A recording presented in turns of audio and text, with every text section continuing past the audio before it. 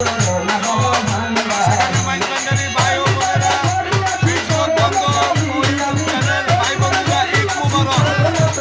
আমাদের বসুন্ধরা বাইশবাড়ি খানকা শরীফে তৃতীয় দিনের মতো পুরুষ মাহফিলে ভোট আরম্ভ হয়েছে।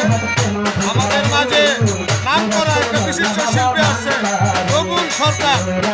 প্রিয় দর্শক, আপনারা অনেকেই চিনেন রবুল সরকার। আর একটা গান দেখানোর আমরা চেষ্টা করতেছি, আপনারা লাইনে থাকবেন। ধন্যবাদ।